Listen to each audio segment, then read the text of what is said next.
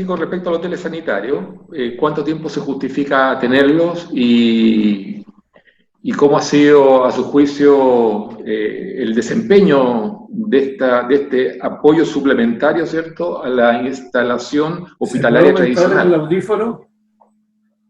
Bueno, efectivamente, una Ahora sí. de las iniciativas que ha sido muy novedosa dentro del dispositivo sanitario habitual es estos hoteles, como muy bien tú señalas, Roberto, y el propósito de eso ha estado orientado a poder entregarle la cuarentena requerida a aquellas personas que por condiciones sociales no es posible que la ejecuten de manera rigurosa. La implementación, a mí me ha tocado estar bastante de cerca en ellas porque he estado colaborando con el Servicio de Salud Central y posiblemente uno de los hoteles sanitarios más utilizados y más activos ha sido el de Estación Central, precisamente que depende de este servicio. Y ahí la experiencia ha sido de aprendizaje absoluto porque hay muchas determinantes y variables que uno no las recoge del mundo de salud, pero sí del mundo social. Por ejemplo, los hábitos de las personas, la reticencia a ir a la residencia y después también su comportamiento al interior de ella, en donde eh, cuáles son los límites de la atención, por una parte, para el equipo sanitario, es decir, aquí vamos a dar salud o lo que vamos a dar es confinamiento protegido. Es lo último, pero muchas veces las expectativas de las personas son diferentes, también sus hábitos de movilidad, en fin, y también entendiendo que hay muchos de ellos que son inmigrantes, obedeciendo a otras culturas, eso también ha sido un encuentro necesario y desafiante de resolver. Es decir, en síntesis, ha sido extraordinariamente importante tenerla porque están resolviendo problemas que de otro modo no habríamos tenido cómo abordarla, pero ha sido un desafío y un aprendizaje para todos los equipos de salud que se han instalado ahí. ¿Qué pasa ahí? Perdón. Cuánto tiempo? Eso yo Sí. diría que no está escrito todavía. ¿Qué pasa ahí con el manejo idiomático de los inmigrantes, sobre todo, ¿cierto?, haitianos? Entonces, eso, ¿cómo se ha arreglado el personal de salud, digamos, para poder entenderse? ¿Hay traductores? ¿Cómo funciona eso? No, bueno, esa es una de las dificultades. Afortunadamente, en este por lo menos que yo hago referencia, ese problema no se ha tenido. Eh, Allá. Sin embargo, es una situación que, a propósito de las intervenciones que se han hecho territoriales, se ha tenido que recurrir a los traductores para poder abordarlo de mejor manera, sin duda. Claro, Doctor, ya. ya que Giorgio introdujo el tema, nosotros vimos en el gobierno de Michelle Bachelet, ¿cierto?, cuando Heraldo Muñoz era ministro del Interior, un ingreso masivo de noche de aviones con inmigrantes en forma bastante irregular. Hoy día nosotros vemos que estos inmigrantes, específicamente haitianos, están viviendo en condiciones de hacinamiento extremas y una pobreza realmente impresionante. Por lo tanto, es muy difícil que ellos mantengan las instrucciones de la autoridad sanitaria en términos de distanciamiento social, la mascarilla, etcétera, etcétera, y se convirtieron en vectores importantes de transmisión de este virus. ¿Usted cree que fue una irresponsabilidad del gobierno de esa época esta internación masiva de inmigrantes? Bueno, yo creo que cualquier proceso migratorio, y esto se ha visto mucho en Europa, cuando se lleva a cabo de una manera en donde quienes lo reciben no cuentan con las condiciones o no han tenido los procesos de adaptación de manera paulatina, obviamente van a producir situaciones que van a estresar a las sociedades y que, por lo tanto, se deberían de llevar de todas maneras con mayor responsabilidad y mayor programación, sin duda aquello. Sí, ahora, lo importante en la situación que hoy día nos encontramos como país es entender que ellos ya son ciudadanos que han sido acogidos en nuestro país y en esas circunstancias lo que tenemos que hacer es poder entregar las condiciones sociales básicas para que se integren adecuadamente, incluyendo todo el tema idiomático y cultural que va a tomar mucho más tiempo, porque de lo contrario, la situación más terrible, y uso esa palabra fuerte, y porque lo te quiero relevar, que se puede producir y que han habido algunos esbozos, y lo cual yo lo encuentro lamentable, es que porque no somos capaces de producir una integración adecuada, se produzcan resabios de xenofobia hacia ellos y situaciones de violencia asociadas a eso mismo. Yo creo que eso sería el peor de los escenarios, y hoy día lo que tenemos que hacer es poder de manera más urgente relevar estas situaciones que han quedado un poquito ocultas en el tiempo después de estos 2 años, a partir de esa inmigración masiva y sin control, y empezar a poner coto a ella en términos de cómo las administramos, porque aquí también aparecen otros elementos, los elementos de abuso, lo que se vio en la cisterna, lo que nosotros vimos, hemos visto algunos espacios acá en la región metropolitana, han sido situaciones en donde quienes le arriendan en condiciones miserables, inhumanas, que escapan a cualquier patrón de derecho humano, y también le arriendan con cánones que son impresentables, o sea, y ahí hay una situación que tenemos que abordar, porque ahí hay un abuso por el cual parte todo, y vaya a saber si también hay abusos laborales hacia ello. Entonces, se está relevando ahí una situación y nivelando una situación que de una u otra manera había pasado, como dicen, inadvertido, digamos. A ver, quiero hacerte un par de alcances. Tú, en calidad de ministro, propusiste algo que a mí me encantó, que es el hospital digital. ¿No crees tú que eso hoy día habría sido muy útil de hubiera existido? Y una cosa que yo pienso positivo, que tú hiciste una cosa maravillosa como ministro.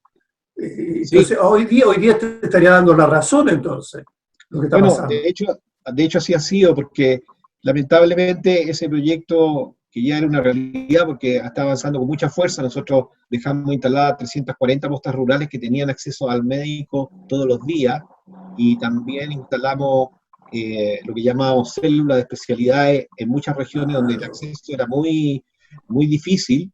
Por poner un ejemplo, en el caso del especialista de nefrología, el paciente que esperaba 1 año para la interconsulta aquí se resolvía en 61 horas.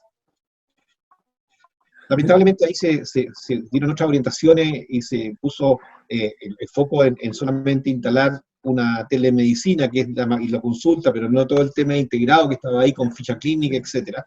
Pero hoy día el coronavirus, si alguna externalidad positiva tiene, es que permitió relevar que la salud digital vino para quedarse. Claro. Y de hecho el hospital digital lo han acelerado y ha sido un soporte para poder generar atención y seguimiento y acompañamiento a las unidades de cuidado intensivo a lo largo de todo Chile. Los especialistas de cuidado intensivo se instalaron en el hospital digital y de allí han empezado a ayudar de manera sistemática a las unidades intensivas en lugares donde estas no tenían todos los especialistas en todos los turnos. Lo mismo están haciendo otras experiencias con salud mental. Es decir, bueno, a veces las cosas no van como uno quisiera, pero la fuerza de la naturaleza las termina imponiendo, y eso va a ocurrir con la salud digital.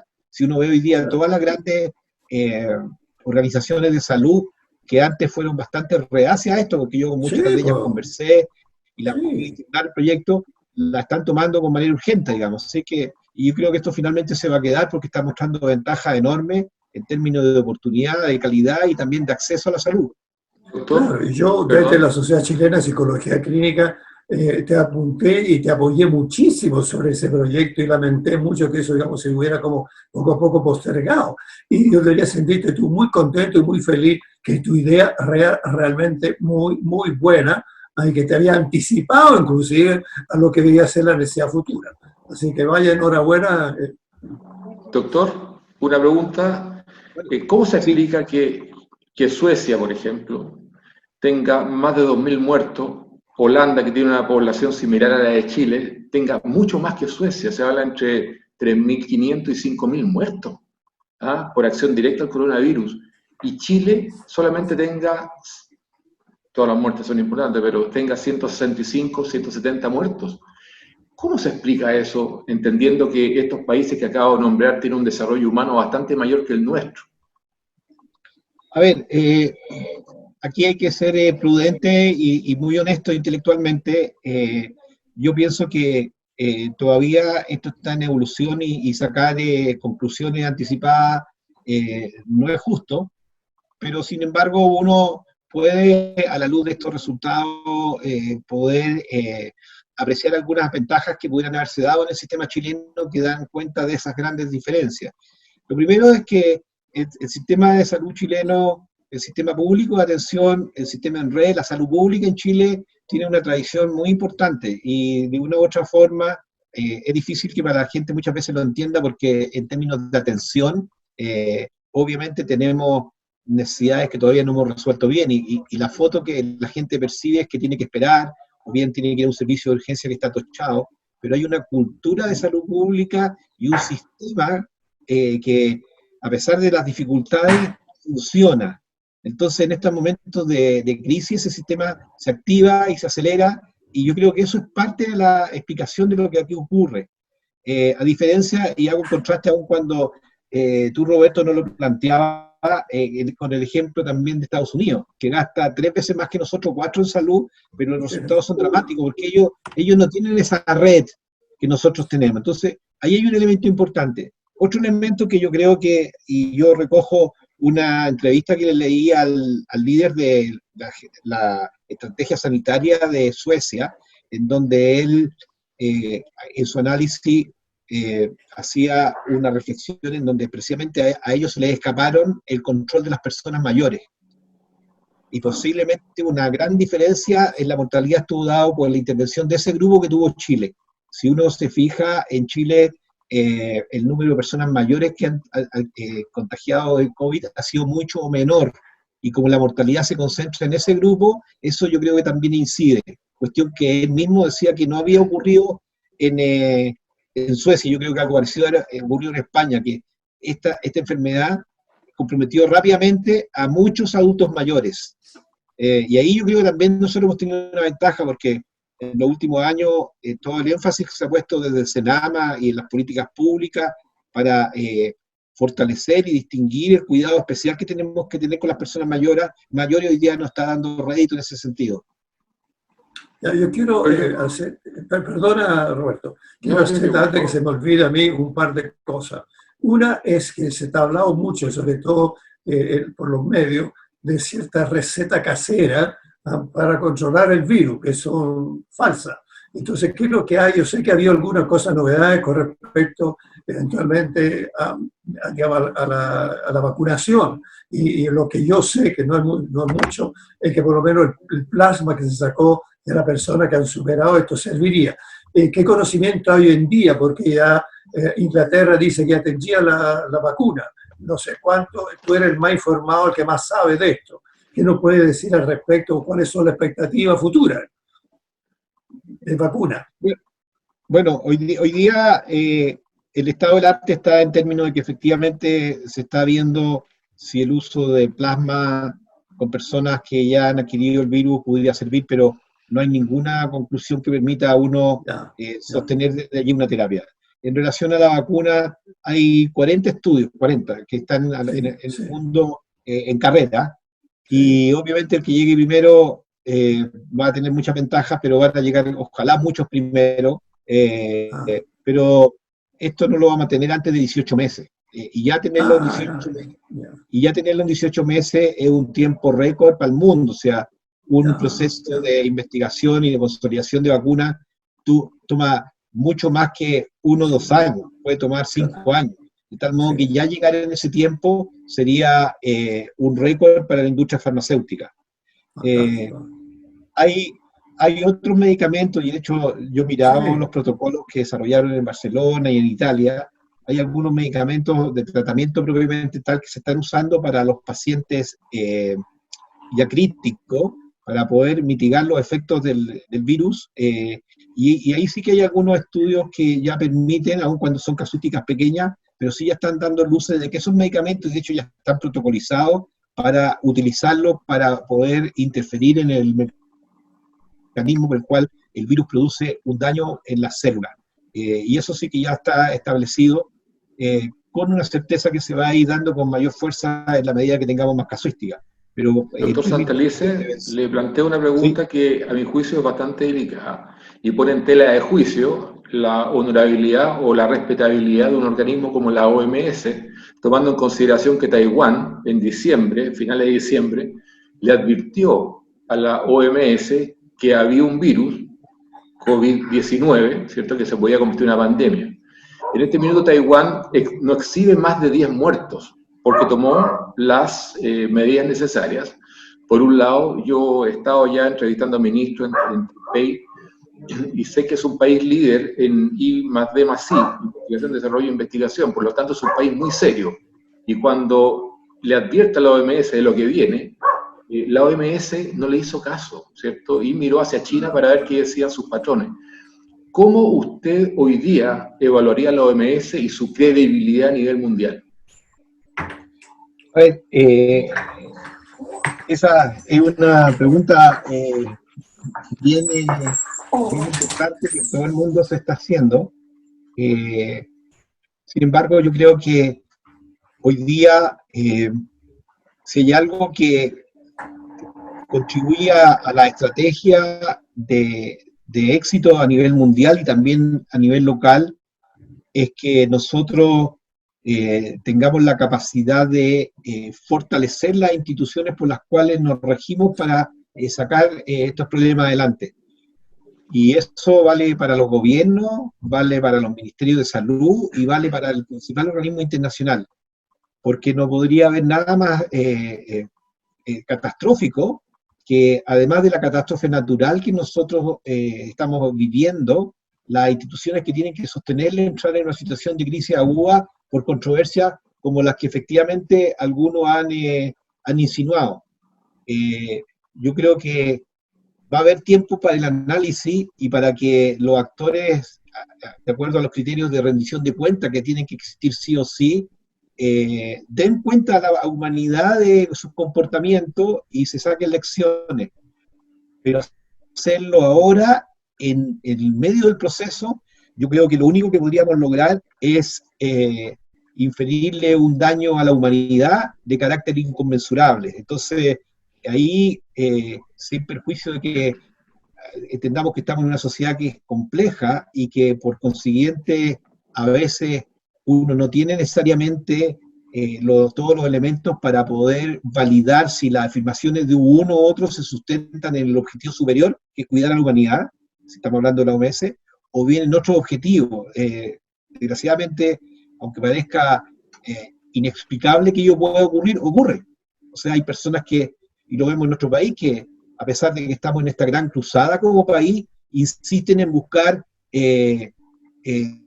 debilidades de lo que se está haciendo para inferirle derrotas políticas al gobierno. Entonces uno se pregunta, bueno, ¿dónde está la mirada superior de esas personas cuando aquí lo que estamos haciendo es cuidar lo principal, que es la vida de todos los chilenos? Entonces, ahí yo creo que hay que seguir adelante, apretar los dientes y obviamente ir utilizando lo que vemos bien y por ahí guiarse, digamos.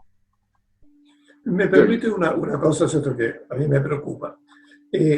Por lo menos, es muy frecuente en estos casos que aumente eventualmente la consulta a los distintos centros de atención médica que no son necesarias, y porque la gente a veces confunde un resfrío con que podía ser efectivamente un coronavirus.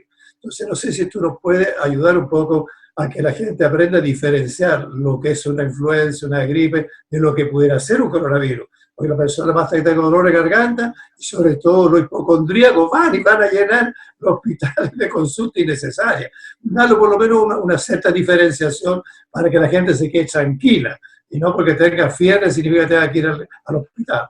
¿Qué nos puede ayudar tú con eso? Bueno, ahí hay varios elementos que entender. Desafortunadamente, no en todos los casos vamos a tener nitidez para decir esto es un coronavirus o es una gripe o una influenza.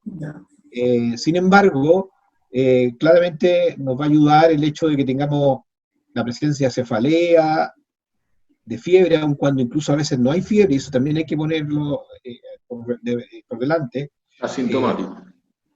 Dolores musculares, bueno, ya nos referimos a lo asintomático, que es otro temazo. Eso nos debe hacer pensar en coronavirus. Sin embargo, dado la trascendencia que esto tiene y la contagiedad que tiene, es preferible pensar de más que de menos. Pero ahora la pregunta siguiente, si las personas que nos están escuchando y nos están mirando frente a una situación de síntomas que yo creo que va al punto a que señala Giorgio, digamos, ¿qué hacer? Yo creo que lo más importante es buscar resolverlo a distancia.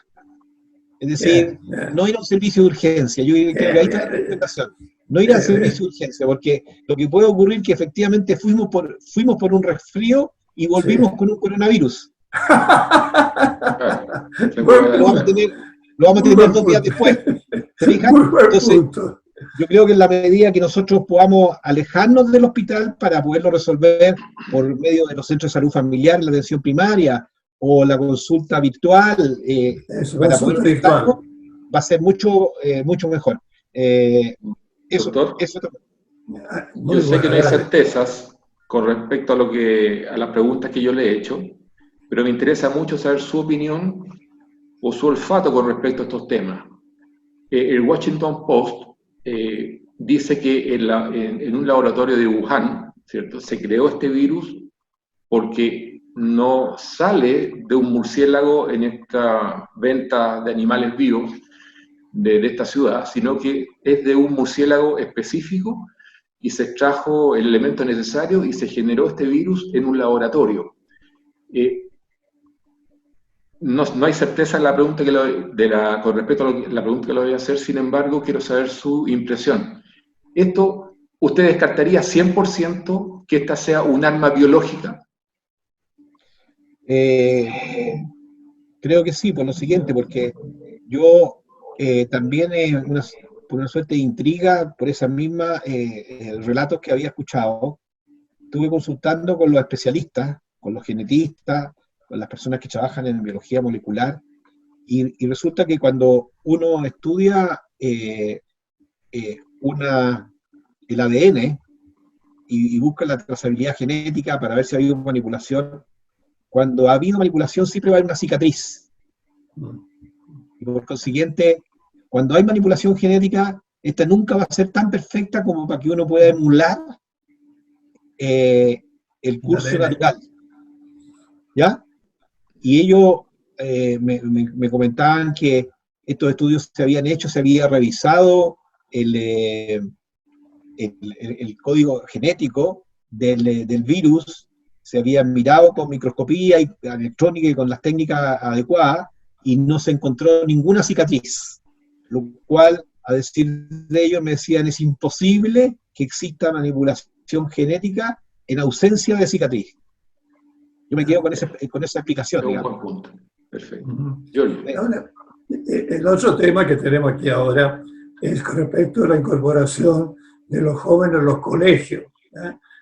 Yo tengo mi opinión. Yo creo personalmente, y lo he visto en otros países, que hay que incorporarlos de a poco. No puede estar, digamos, permanentemente ajeno a la escolaridad, digamos, junto con otros compañeros, que es una necesidad, además, donde ellos pueden hacer su catarsis, sus cosas.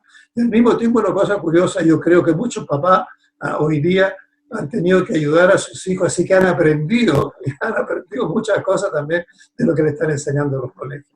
¿Qué piensas tú con respecto a esto? Y lo mismo tú, Roberto. Bueno, a ver, yo creo que aquí estamos enfrentados a una condición muy inédita que estaba claro y no fue exento de polémica en nuestro país. Recordemos que en los primeros días de marzo, después del 8, cuando se llamaba esa marcha, que algunos se olvidaron de que ya teníamos el virus en camino, y por lo tanto fue un riesgo, a mi entender, muy irresponsable de quienes la convocaron, que a la semana siguiente ya se estaba pidiendo el cierre total, y ahí hubo una polémica, sí. y finalmente, entonces, ¿a qué voy con ello? Que hay que ser muy cuidadoso de cómo construimos la respuesta adecuada como sociedad y entre los tomadores de decisión y los tomadores de decisión intermedios para finalmente llegar a las soluciones. Entonces ahora estamos en la misma encrucijada. Bueno, ¿cuándo volvemos? Sí. Y ahí, lo primero es que no, ya voy a tirar la respuesta a Giorgio, pero ahí no nos podemos volver a equivocar de empezar en una situación de presión y de tensiones, porque si hay algo que tenemos que aprender es a tomar decisiones en la incertidumbre. Entonces, sí, claro, cierto.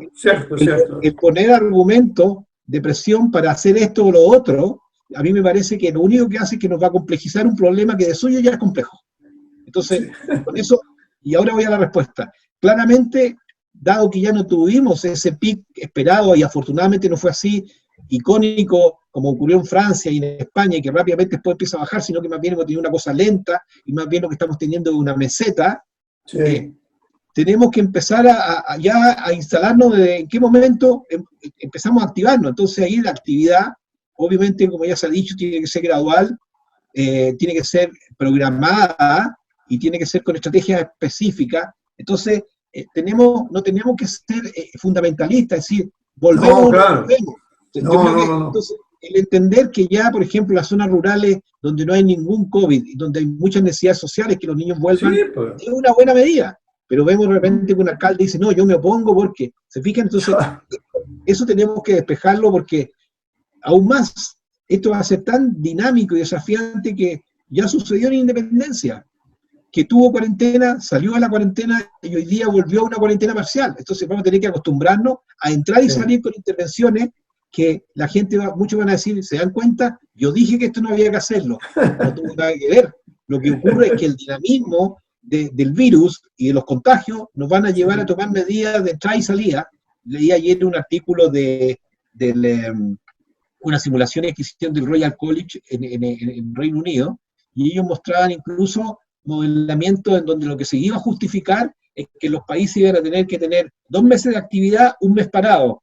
¿Y cuál iba a ser el punto? Y hacían las simulaciones cuando llegaran a una cota de camas intensivas utilizadas. Es decir, y las simulaciones mostraban que ya llegamos a las 1.100 camas utilizadas, se para el país, o la región donde están las camas utilizadas. ¿Se fijan? Sí, O sea, sí. vamos a tener que, mientras no tengamos vacuna, vamos a tener que acostumbrarnos a este tipo de estrategia. Entonces, y termino la respuesta a Giorgio, el tema de la vuelta no se puede transformar, como ha ocurrido en estos pocos días, en una pelea entre actores, porque vamos a tener que ponernos de acuerdo, o sea, porque no existe la intervención mágica, y la gradualidad, la programación va a ser el camino para todo lo que tengamos que hacer, digamos. Claro, no es blanco o negro esto, en absoluto. Doctor, Me gustó mucho el planteamiento.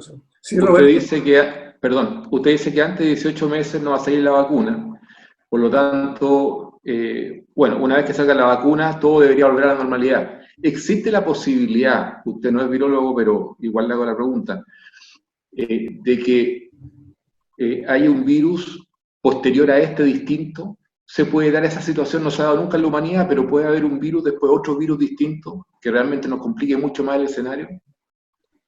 O sea, yo te voy a responder con una anécdota. Yo hace 3 años estaba yo trabajé en un grupo que se llama el Global Health Leadership Forum, que era un grupo de la Universidad de Berkeley, de Barcelona, y también de King's Fan. Entonces, tuvimos hace 3 años una reunión en donde un epidemiólogo parte de la reunión diciendo: los problemas de salud del siglo XXI van a ser del sexo y de los animales. Así partió su conferencia y no se me olvidó nunca, y parte todo su relato. Y bueno, lo del sexo decía relación con el VIH y el SIDA, y lo de los animales partía mostrando la convivencia entre las aves y en los países orientales, cómo se produce ahí un traspaso de virus y las mutaciones. Y por otro lado, haciendo el paralelo entre el principio del siglo pasado y ahora, que antes, cuando había una peste, esta se trasladaba en barco, entonces pasaban muchos meses, y ahora se traslada en horas. Con eso, el mensaje que el mismo que yo, con el cual respondo, es que obviamente la humanidad, así como está enfrentada al calentamiento global, está enfrentada a estos fenómenos. Y por lo tanto, todo lo que tenemos que aprender ahora no es para resolver solo esto, sino para lo que viene después. Y ahí hay muchos caminos muy interesantes, porque a propósito del mundo digital y salud, todo lo que sea monitoreo, todo lo que sea seguimiento y estudio a partir de inteligencia artificial para hacer las simulaciones, todo lo que sean modelos predictivos, van a ser una suerte de satélites del mundo para poder prever cuándo esto ya se nos viene encima, digamos.